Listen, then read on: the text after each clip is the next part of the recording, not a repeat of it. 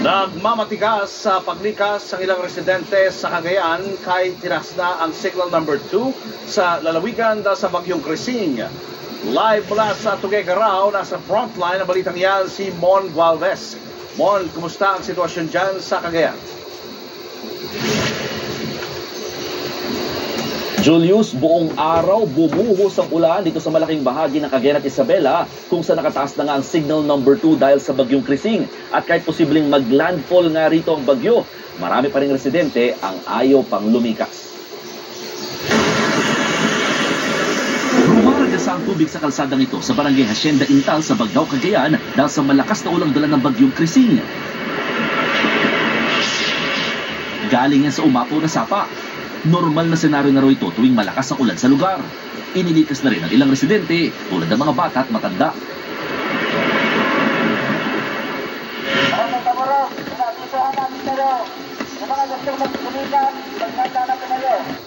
Paulit-ulit ang panawagan ng lokal na pamahalaan ng Alcala sa Cagayan sa mga residente na lumikas na dahil sa banta ng Bagyong Crising.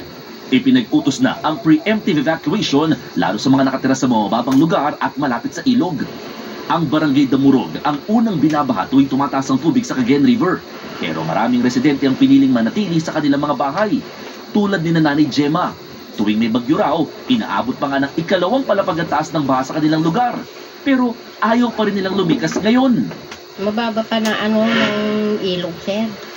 Hindi pa malaki kasi. Pumunta kami sa sir, sa Barangay Hall. Kung lalakas ng hangin, sir. Nakahanda naman daw ang barangay oras na may gustong lumikas. Ang problema, mahihirapan sila lalo't gabi hanggang madaling araw pinangangambahan ang malakas na buhos ng ulan sa Cagayan. Baha po ang aming kinatatakutan dahil ang Alcala at ang Cagayan ang catch basin ng lahat ng tubig na galing sa buong Sierra Madre Mountains, Isabela at Nueva Vizcaya. Mula kaninang alas 5 ng umaga, wala nang tigil ang buhos ng ulan sa Cagayan at Isabela. Gayunman, mababa pa rin ang level ng tubig sa Cagayan River. Bantay sarado pa rin dito ang mga otoridad dahil kapag umapaw ito, matinding baha ang mga emerwisyo sa mga katabing bayan. Handa naman daw ang lahat ng evacuation centers at food packs. Target nila, 0 casualty sa kasagsagan ng pananalasa ng Bagyong Crising. Kung kayo ay kailangan nilikas, sundin nyo sila. Pwedeng magkaroon ng surge ng baybay sa atin at kayo ay matatabunan ng mataas na tubig at malulunod. Kaya yun ang pangangamba ko. Sa Isabela, naka-standby na ang lahat ng rescue water assets. Kabilang na rin ang mga flotation device at ambulansya.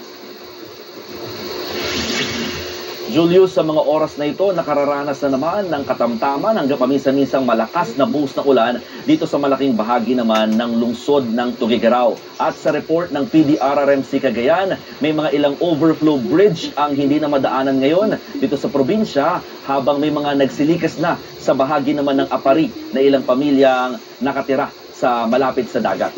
Julius. Maraming salamat, Mon Gualvez, live mula sa Tuguegarao, Cagayan.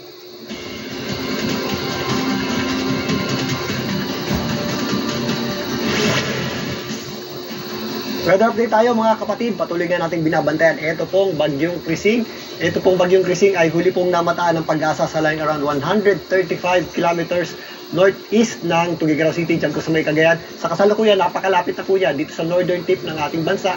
Ayon sa Pag-asa, posible po yan mag-landfall or dumaan ng napakalapit dito sa mga katubigan ng Santa Ana, Cagayan ngayong gabi. So antay na lang natin ang official declaration ng Pag-asa dyan dahil medyo malawak po yung center o gitna. Ito pong Bagyong Crising. Ito po ay nasa tropical storm category na may tagnay lang lakas na hangin pa rin, umabot sa 75 kilometers per hour malapit sa kanyang gitna. At kung minsan may mga pagbugsong umabot sa 105 kilometers per hour. Babaybay nitong Bagyong Crising itong Babuyan at Calayan Group of Islands ngayong gabi hanggang mamayang madaling araw at posibleng bukas ng tanghali.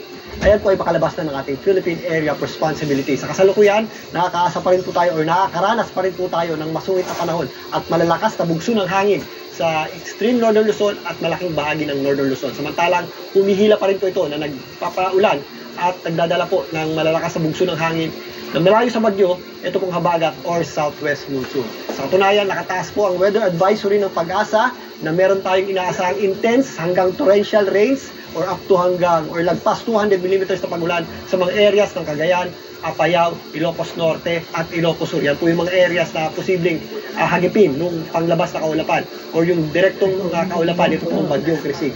Meron din tayong mga inaasahang moderate, heavy to intense rain sa mga areas ng Batanes, Isabela, Abra, kasama po dyan ang Benguet, maging sa Baguio City, Kalinga, Mountain Province, Ifugao, La Union, kasama po dyan ang Pangasinan, Zambales, Bataan, dahil naman sa ating habagat, Palawan, Occidental Mindoro, Antique, kasama po dyan ang Iloilo at area ng Guimaras. Samantalang, meron din tayong mga possible heavy or moderate to heavy rain sa mga areas ng Nueva Vizcaya, Quirino, Aurora, kasama po dyan ang Metro Manila, light to moderate or times heavy po tayo dito sa Metro Manila, Tarlac, Pampanga, Nueva Ecija, Bulacan, kasama na rin po dyan ang malaking bahagi ng Calabarzon, Bicol Region, Oriental Mindoro, Marinduque, Romblon, Aklan, Capiz, Negros Oriental at Zamboanga del Norte. Kasama na po dyan ang area ng Siquijor. Dito nga sa Metro Manila, magpapatuloy po ang epekto ng habagat or southwest monsoon. Kasalukuyan po tayo nakakaranas ng light to moderate to at times heavy rains at magpapatuloy po yan hanggang bukas. Mababawasan ng bahagya ang epekto ng habagat kapag nakalabas na yung Bagyong Krising sa ating Philippine Area of Responsibility sa darating na Sunday